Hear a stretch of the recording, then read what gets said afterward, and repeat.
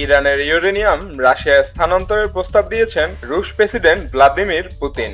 গতকাল সোমবার মস্কোতে রুশ প্রেসিডেন্টের দপ্তর ক্রেমলিনে এক বিজ্ঞপ্তিতে এ তথ্য জানিয়ে দিয়েছেন পুতিনের মুখপাত্র ও ক্রেমলিনের প্রেস সেক্রেটারি দিমিত্রি পেসকভ।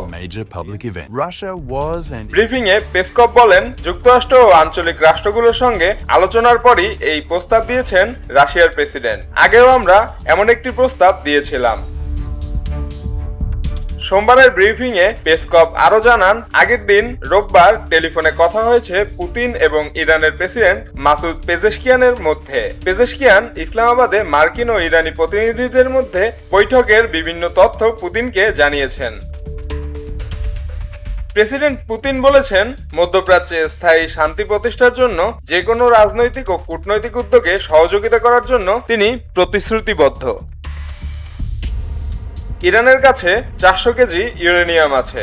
এই ইউরেনিয়াম 60% বিশুদ্ধ বা পরিশুদ্ধ। জাতিসংঘের পরমাণু প্রকল্প পর্যবেক্ষণ সংস্থার তথ্য অনুযায়ী এই বিশুদ্ধতার মান 90% উন্নীত করা হলেই পরমাণু বোমা তৈরি করতে পারবে ইরান।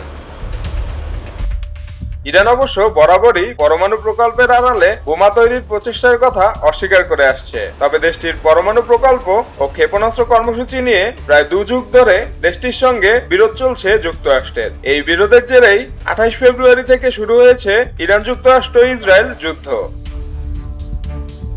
মার্চের প্রথম সপ্তাহে ইরানকে 15টি পয়েন্টের একটি শান্তি প্রস্তাবনা পাঠিয়েছিলেন যুক্তরাষ্ট্রের প্রেসিডেন্ট ডোনাল্ড ট্রাম্প। সেই প্রস্তাবনার একটি পয়েন্টে উল্লেখ করা হয়েছে, ইরানের এই ইউরেনিয়াম হয় ধ্বংস করতে হবে নয়তো অপসারণ করতে হবে।